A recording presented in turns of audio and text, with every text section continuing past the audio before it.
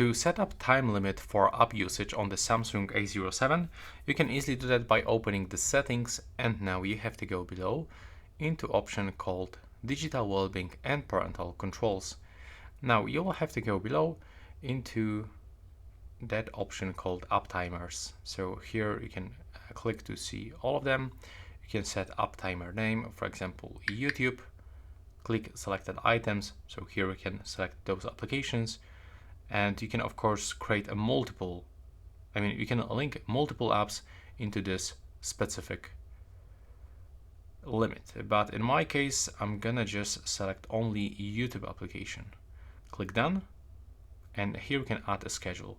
So when this limit will appear. In my case, I'm gonna get rid of this from Sunday and Saturday, and I'm gonna set this, for example, like 2 hours and 1 minute.